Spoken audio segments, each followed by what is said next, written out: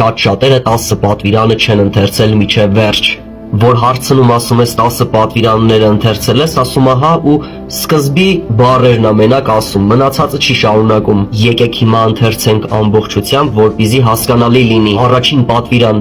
Ես եմ Տերը, քո Աստվածը, որ քեզ հանեցի Եգիպտոսի երկրից, ստրկության տնից, ինձանից բացի ուրիշ աստվածներ չունենաս։ Երկրորդ պատվիրան.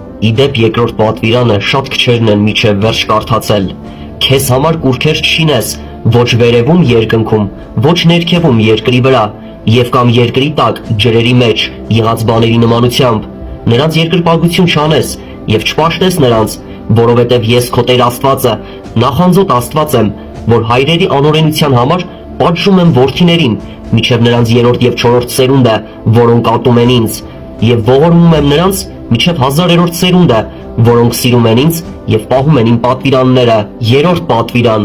Քո Տեր Աստծո անունը զուր տեղը բերանը չառնես, որովհետև Տերն իր անունը զուր տեղը բերան առնողին անպատիժ չի թողնի։ Չորրորդ պատվիրան.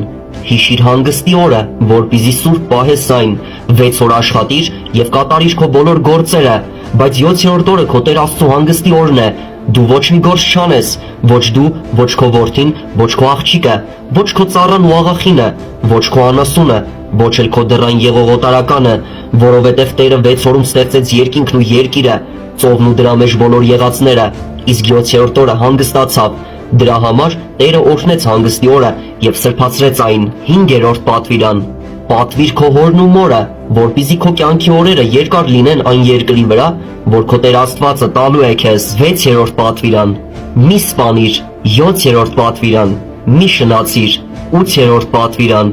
Մի գողացիր։ 9-րդ պատվիրան.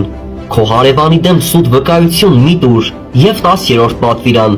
Մի ցանկացիր քո հարևանի տունը, մի ցանկացիր քո հարևանի կնոջը, կամ նրա ծառային, կամ նրա աղախնին, կամ նրա եզանը, կամ նրա էշին, եւ քո հարևանի ոչ մի բանի մի ցանկացիր։ Որոշ ժամանակ խոսենք հետաքրքիր փաստեր Աստվածաշնչի մասին թեմայից։ Այսքանը լավ եղեք, Հիսուս Քրիստոսով եղեք։